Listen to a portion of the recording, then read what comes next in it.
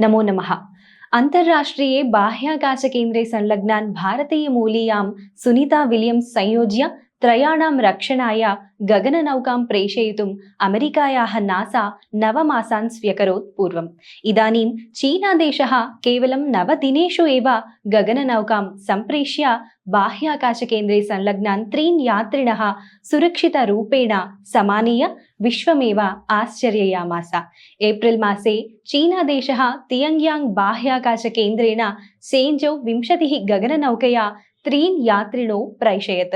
तैः नवंबर् 5 दिनाङ्के भूमिरागन्तव्यासीत्, परं बाह्याकाश त्याज्यसङ्घट्टनेन एतेषां गगननौका हानिमन्वभवत् इति ज्ञातम्।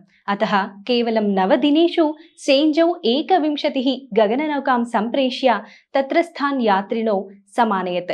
सेञ्जौ 21 मध्ये गतान् तन्त्रज्ञान् समानेतुम् इदानीं सेञ्जौ 22 गगननौकां प्रैषयत्।